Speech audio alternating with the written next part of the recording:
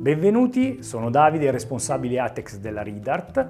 In questo video vi parlerò di fermafiamma per le deflagrazioni in linea. Il cuore di tutto è questo, il ribbon coil, fatto di acciaio inossidabile, e la sua funzione è quella di raffreddare il fronte della fiamma. Il ribbon coil viene installato in custodie come questa. È filettata, maschio e femmina, in modo da poter essere installato su una tubazione. Abbiamo la struttura in ottone, all'interno ci sono due fermafiamma e c'è anche una ghiera di contenimento. La sua funzione è questa.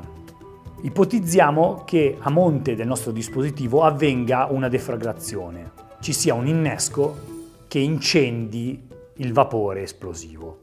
L'onda d'urto raggiunge il rompifiamma, viene raffreddata in modo da garantire la sicurezza della linea a valle del dispositivo.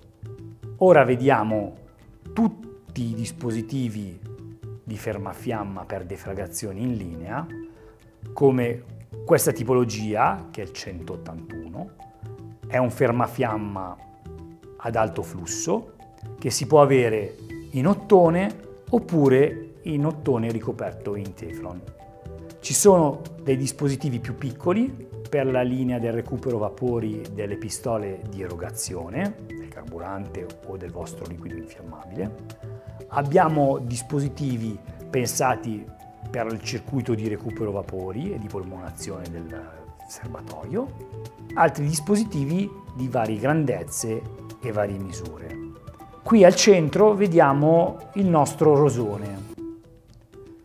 Questa è una versione da 3 pollici, questa sul tavolino, installata all'interno di 2 flange, è un 6 pollici. Con questo è tutto, vi ringrazio per l'attenzione e ricordate che quando configurate, installate o progettate un impianto, la sicurezza delle persone dovrebbe essere il primo vostro obiettivo e utilizzare un rompifiamma certificato come i nostri deve essere la vostra priorità. Grazie ancora, iscrivetevi al canale e non esitate a contattarci per qualsiasi tipo di informazione.